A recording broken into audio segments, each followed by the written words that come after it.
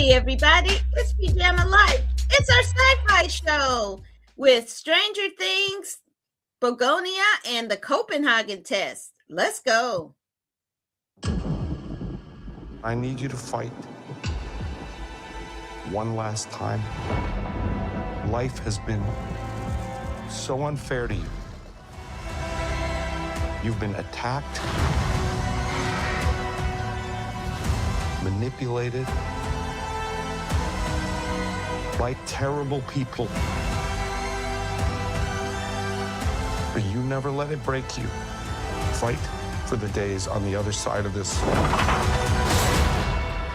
Fight for a world beyond Hawkins.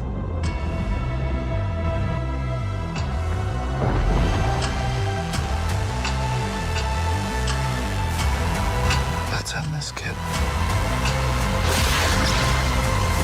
Mother of God. One last time. Oh. All right, fellas. Welcome to 2026. David and Patrick. Patrick, what did you think of Stranger Things? I've got some mixed thoughts on it, on the overall thing. The thing is, it's just taken so long to get here. I mean, that's part of the thing, and because you lose interest. At least I did to a certain extent. Then ideally, you would probably have to go back through and rewatch a whole series to get the continuity. And man, the kids in this really aged up. I'm just saying for the proposed time span.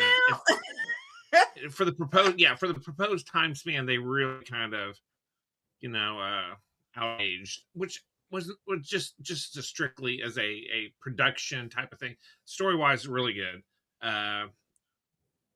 Without giving too much away, it was a satisfying ending. I would say that the best thing, what Stranger Things did writ large so well, is that they really mind nostalgia. I'm telling you what, you want to talk about, and I know Pam, you and I, and Dave, you two are all in that same Gen X age group. This is definitely, man, this is made for us. The music, the clothes, the malls, all this stuff is stuff that we grew up with. I'm happy to see so many younger generations embracing this, because the show itself was very gripping, and the music and stuff and everything, it's just it really hit notes that make you, even if you didn't like this particular genre horror that much, man, it really sucks you in and kept you with it. So kudos to the Duffer Brothers. I mean, they made a good story. They made very approachable, complete for the most part world vision where everybody kind of got what they had coming for the most part.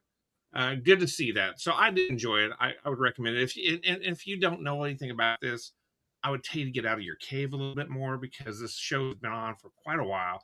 It's every time it comes out, it's always big news. It's always a big deal, because it is a big deal. It's really well done. So full props. Good job. I did enjoy it.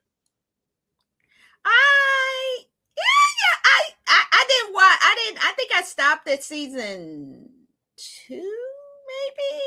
I think maybe 2 or 3, part of 3, and then so I just jumped into the last 3 episodes. And I figured that I would be able to manage the story, and I did. I was able to manage the story. And some of the characters, I was kind of like, well, who is this? But it didn't matter. But I think one of the things about this is you see a portion of a generation who've grown up with this show, that if it started, I believe, 10 years ago. 9 years. And so, pretty close. 9 years. You've got kids who started watching it, and now they're young adults.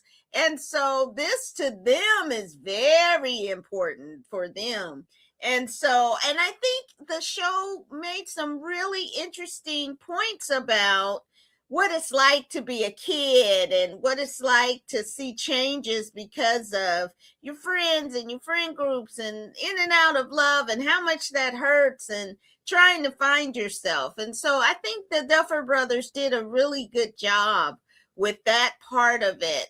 And then I think that the seeing the kids' growth in their acting too was really good to see. And I think that the final scenes, there's some videos out there of it played in theaters. The final episode played in theaters. And so you could see people were just so into it and elated. So that was really good to see. And so it was surprisingly, I thought they were going to go, I'm going to do this kind of spoiler. I thought they were going to go the Sopranos route and or the Dallas, it was all just a dream kind of thing. And I was so glad they didn't do that. And that was really like a relief. So I won't say anything more about the ending, but it was a very satisfying in terms of or Game of Thrones. They didn't do like a Game of Thrones ending where you're totally ticked off at the end of it. I think that the Duffer Brothers did a great job in that. It looked really good. It was good to see Linda Hamilton, playing a really bad guy. I'm really villain in this. And so and kudos. I think one thing that was interesting to me is that what's the main girl, Elle? Her and the father are apparently in real life on the outs.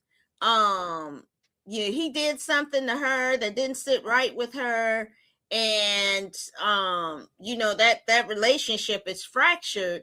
And I felt like I could tell there wasn't like that much love between them, but it also makes sense in that if you're independent, you gotta do your own thing as a young person and step out from your parents at some point in your life. So I thought that the way they wrapped it up made a lot of sense. And kudos to them. David, what did you think? Well, I really liked this overall. It was satisfying. It was a satisfying ending, and without giving spoilers, I really didn't like it. I thought it was, it hurt the angst. I was hoping for a little bit different ending. That said, I thought it was very beautifully done. Wonderful story. Yeah.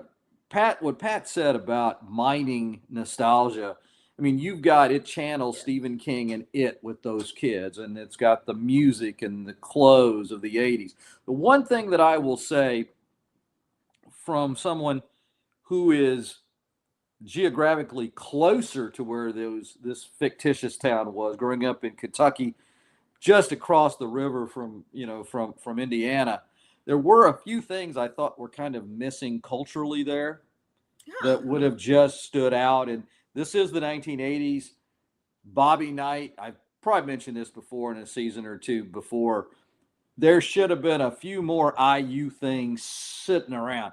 I know these were D&D kids and nerd kids, whatever. There should have been some Bobby Knight. There should have been some Indiana stuff there. Not that I'm a fan by any means, but that would have made that community look real. It's just like seeing Kansas and you're like, shouldn't there be a Jayhawk somewhere around here in Lawrence in the area? At least in Indiana and Kentucky, you can't go anywhere without seeing. Well, he was so big at that time too. So, but in the state, they just, one of the years they had just won a banner. They'd only, Isaiah Thomas had played there in '81. That was missing something in my mind. The music was great, and I know we talk about no spoilers, but boy, the music to end this show, boom! Oh wow, they picked the most perfect songs to be an anthem here at the end. Maybe the decade's best musician is highlighted, showcased in this, And you could say Prince. I think it's okay to say they played all right, Prince. Well, but you know, because man, I would stay. It was Prince heavy too. it was Prince all over the place. When you hear Purple Rain at the end, oh my goodness, this was great. Wonderful show, great cast. 9 years though, and a time when these kids are growing up. That's a big challenge. And kudos. I'll always go back to Andor because that's just what I do. Tony Gilroy made a decision. He called an audible. He said instead of having it to be 5 seasons, we're just going to do 2 because people would age out. They couldn't do this. And so you've got kids, man, you know, some of those kids, they are shaving now and they're getting their AARP in the mail. They're married. They're married. Millie Bobby. Millie Bobby she's Brown. A mom. She's a Millie mom. Bobby Brown and married and got a kid. And that means these people aren't youngins anymore. You picked kids. It was beautifully cast at the beginning, and the kids have done a wonderful job. But it's awfully hard that these years, man, there's so much change in them physically. But I applaud the show. I applaud the writing. Brilliantly done. Great story. And man, watch this. If you like sci-fi, if you like nostalgia in the 80s, you want to hear good music, you want some suspense, some horror, this is a show for you. Well, and one thing I want to point out that I thought was a really interesting takeaway is that sometimes people are bad because they're bad. I want to say, and some people are not redeemable. They join with evil, and that's just because that's who they are. So I thought that was a really interesting point to have in there too, is that you can't save everybody. And so I think that's something also to keep in mind when you think about what's going on in the world. But I think for all of us, it's a great show, and we applaud the writing. And so definitely check out Stranger Things. It's the finale, so it's over. But there are a lot of other things to watch, such as coming up, we're going to talk about now, Bugonia. Yorgos Lanthimos strikes again. Let's take a look. It all starts with something magnificent. Flower. Then a honeybee. Bees, they're dying. And that's the way they planned it, to make us the same as the bees. Let's go again. Greetings. Welcome to the headquarters of the human resistance. Your hair has been destroyed to prevent you from contacting your ship. What ship? You're killing our planet. Alien fellas. I'm not an alien. You're lying to me. You know this is crazy. You know this is wrong. I know who you are. I know what you are. I know you too, Teddy. It's fine. It's cool. All right. Okay.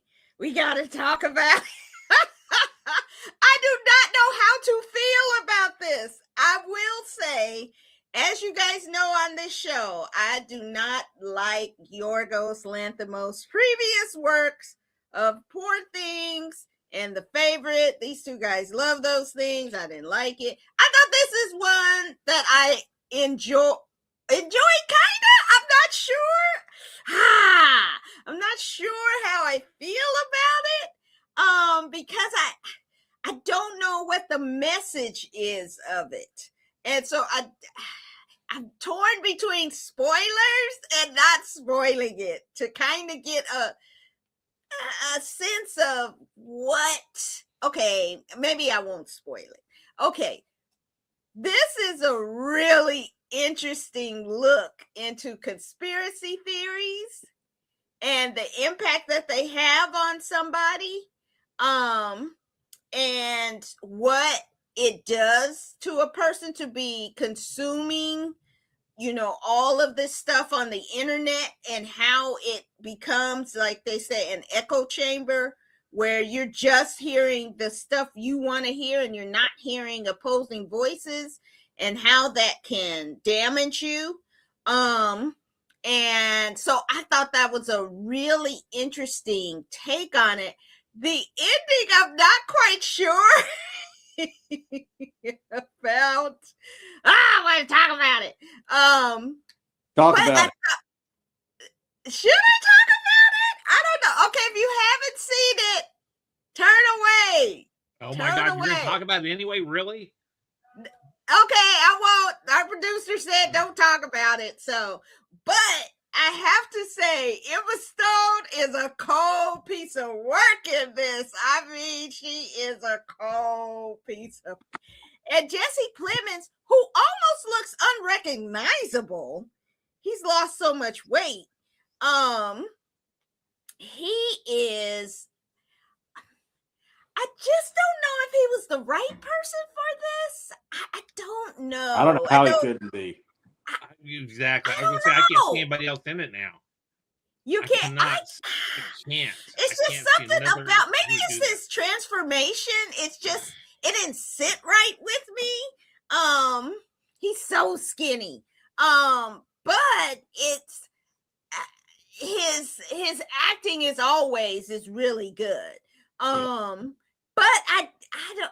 Pat, come on and talk about it. Oh my God. Well, that was for those of you just joining us. That was Pam not deciding on anything and not being able to say anything because she is so torn about this. Okay, now as Pam mentioned, I did enjoy the other two movies, The Favorite and Poor Things. This one was gorgeous. I mean, as far as the way this movie looked, it was really a treat for the eyes. As far as the color saturation, the way they did things was really, really visually interesting. I mean, I thought Poor Things was much better visually now. Well, it's just because they were so deep in the science fiction of that you know that was gorgeous. It was supposed to be happening in the real world, and you know, just the visual, the color saturation. Now, I will tell you, Jesse Plemons, I used to think of him as a low rent Matt Damon because they look a lot alike. I'm just saying, but Matt Damon was there first, so of course Jesse Plemons is a low rent one. Now, I might think of it the other way around now. Matt Damon don't do much anymore, but Jesse Plemons, he kind of kicked it out of the park. I was super impressed with this. His performance, the story writing, man, and you want, without talking about the ending, it was a twist, and I will tell you, it is a twist worthy of M. Night Shyamalan as far as the way everything kind of came about. And I was just like, dang, you know, this was really well done. And just like I said, really well done, gorgeous. The characters were, man, because I've known nut jobs like that just believe everything that's like that, you know, that the Rothschilds and run the entire world, whether you knew it or not. And, you know, all this, and people, you know, they're running a child porn ring out of a pizza shop in DC. Those kind of people that really happened here in DC, where these two nuts went and to the Cosmic Pizza, right?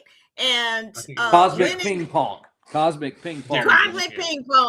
and went in there and accused the people of hiding kids in the basement, and they had guns and. It was they were totally crazy. I mean, they just were. The conspiracy theory thing gets really, and like I've known individuals like that, and I'm like, you know, they believe all that kind of ridiculousness.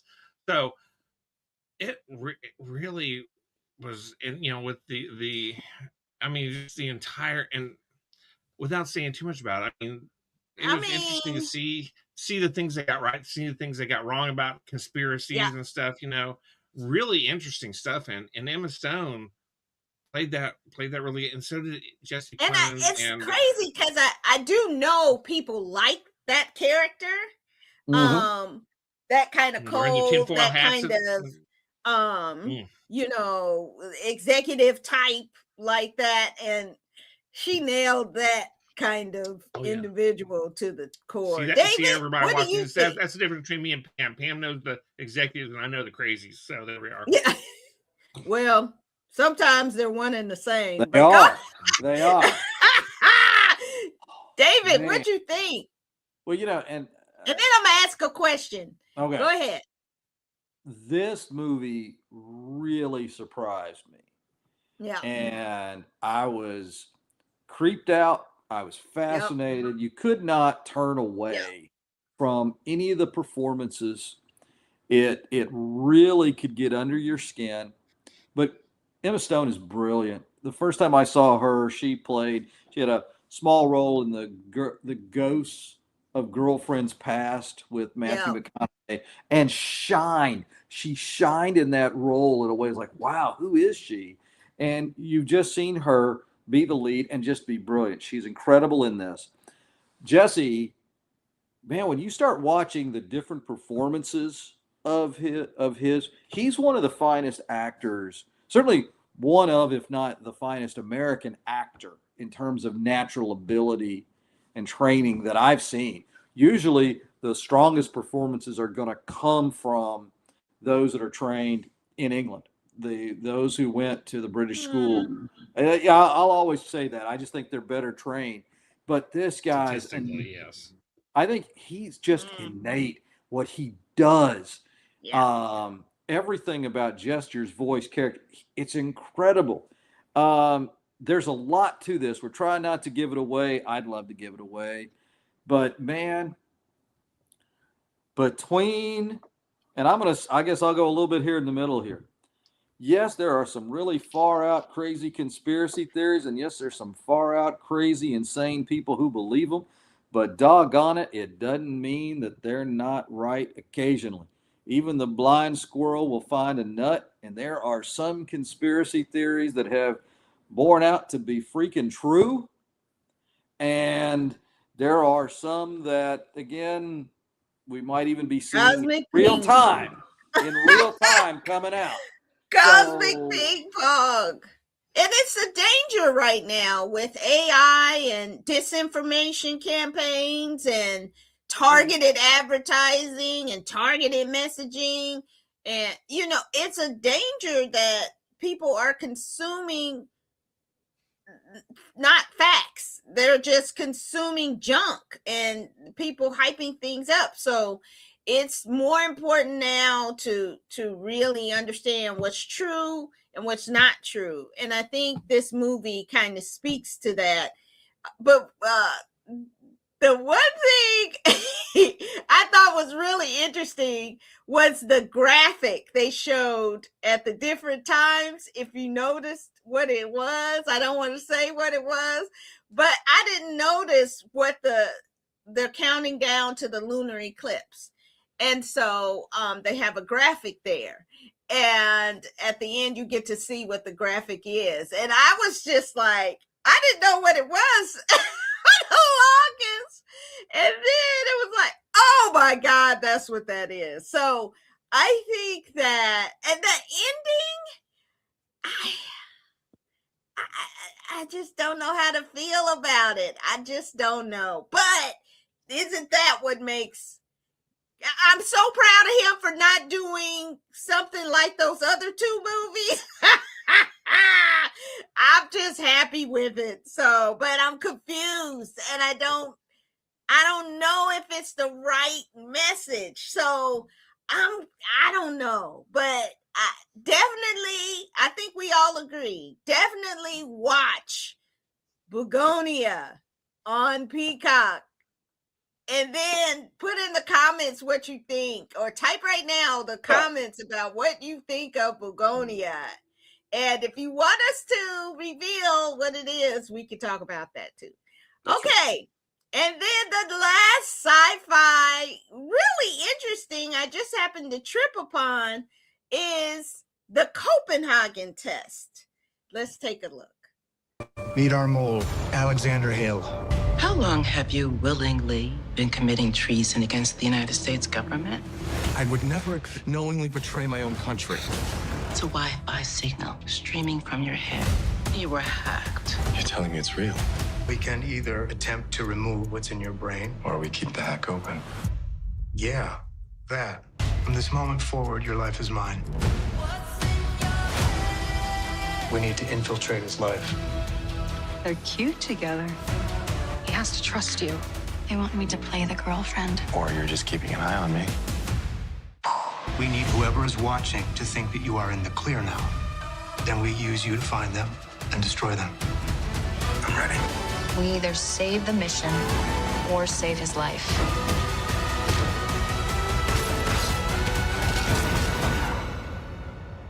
Are you in? David, what did you think of the Copenhagen Test? Man, I got to tell you, I thought this was just wonderful. I loved this. It was very creative. We're always, cybersecurity is a paramount thing. Where we used to work, we had to take training every so often on that very topic. So I think the concept here, especially looking at AI and all the different things about having someone being hacked, I think that's great. The casting was strong, and I think it's something we're in January here, but I know with the holiday programs, you really kind of talk about highlight programs of diverse casting, and we have that here, which I also think strong performances. It's a secondary issue, but I think it's a positive secondary issue in that it's not a central thing to it. It doesn't have to be, but it's there, and it's really strong performances. The female lead in this, man, if you've seen the Scream movies, the most recent 6 and 7, she's been the lead in those.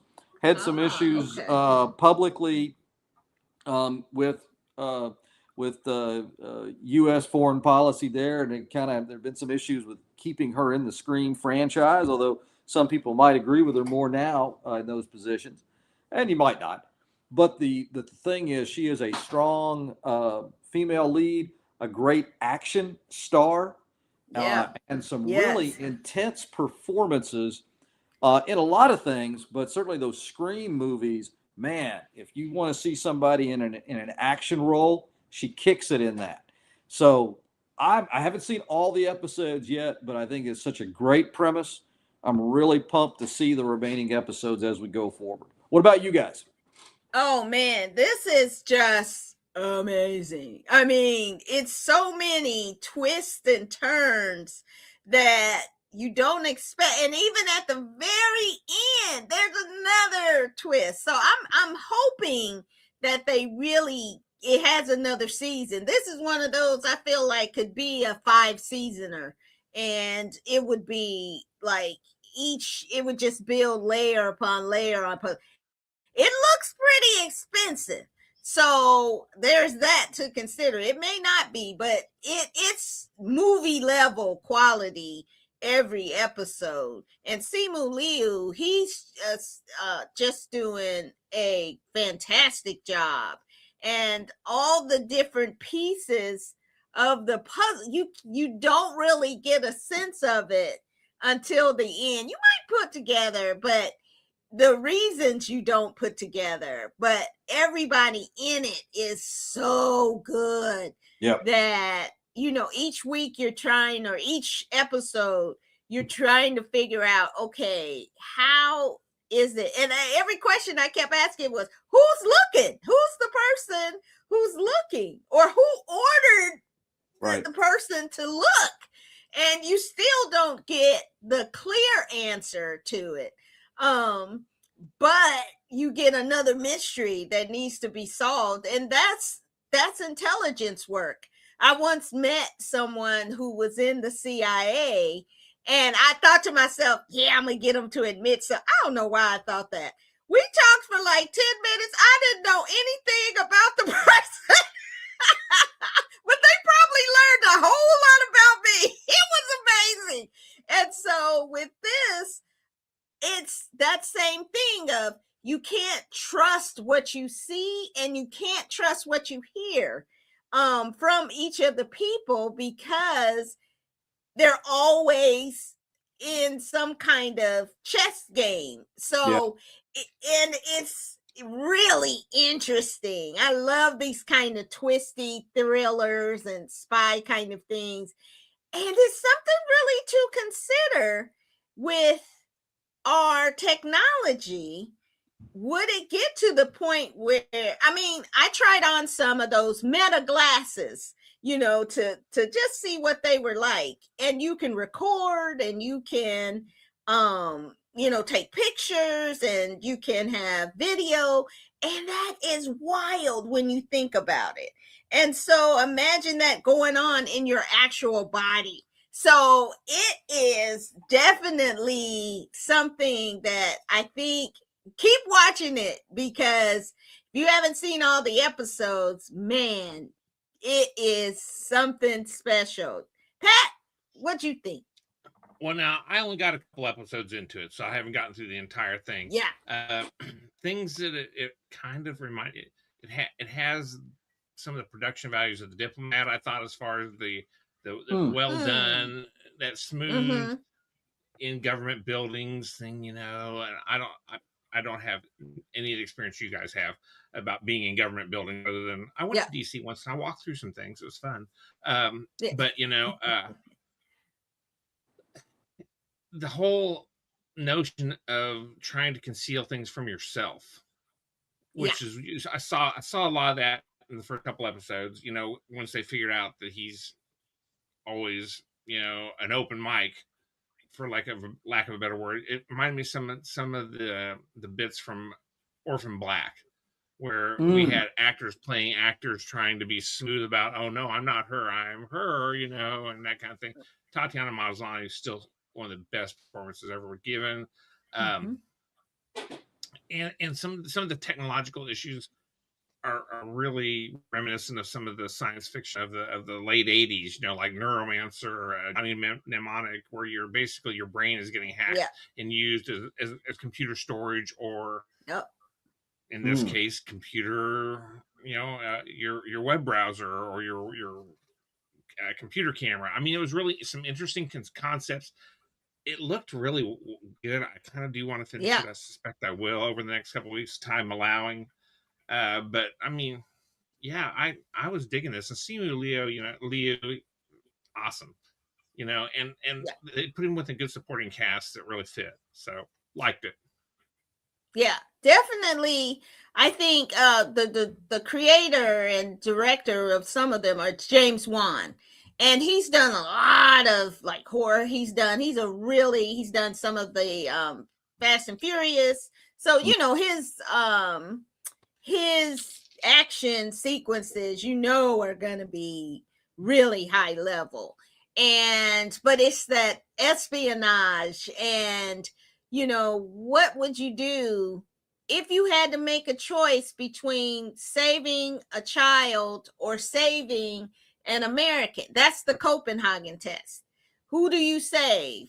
And I think it's an interesting way to think about it. And I thought, as soon as they said it,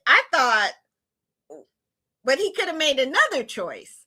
And so I think that once you think about things outside the box, I think that's where the real interesting stories lie. And I think that's where this show is also talking about. So definitely, but I think the premise of the show, David, I mean, you would laugh at this, is it's the HR of the intelligence agency.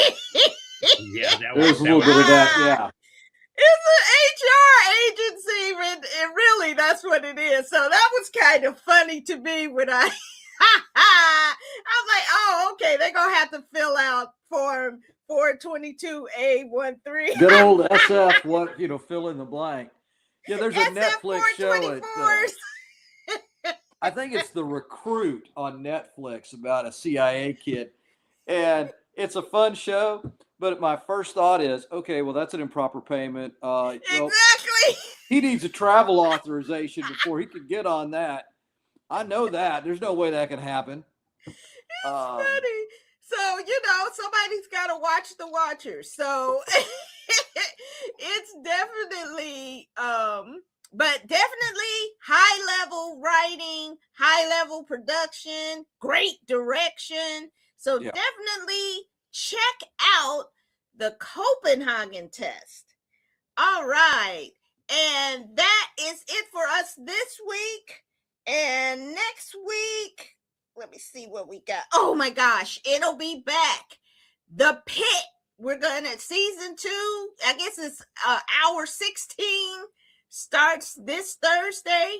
We'll be reviewing it, and then we're gonna review the Bruce Springfield movie, Deliver for Me from Nowhere. And I'm very excited about that. And if you have suggestions, we had a pretty good group of people joining us today.